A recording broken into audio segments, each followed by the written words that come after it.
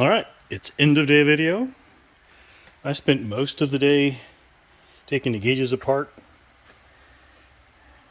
digging out the old hardened crystallized seals, and cleaning and painting the shells, cleaning up the faces as best I could. I mean, they are almost 60 years old, I guess, but they're actually in pretty good shape.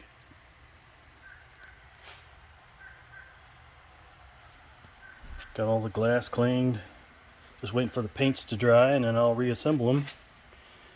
And I painted the bezels with Eastwood's underhood black. It's basically just a satin finish, which is what these were originally finished in. So yeah, those are done, drying.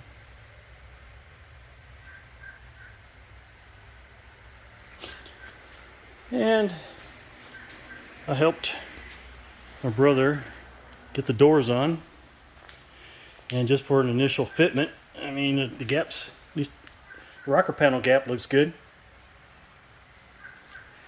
He just finished up putting the final coat of primer on the rear valance that he touched up yesterday. So he'll probably paint this either later today or tomorrow morning.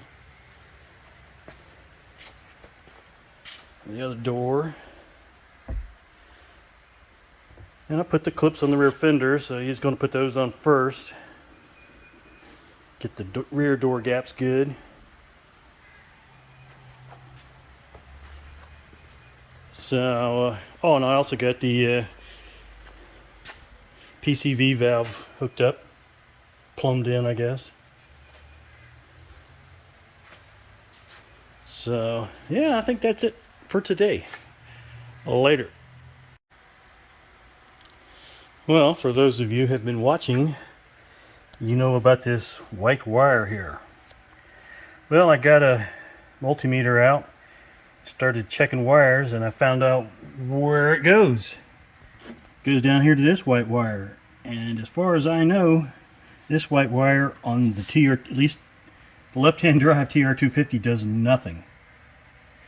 So I don't know if it's something for a TR5 or what, but anyway, that solves that mystery.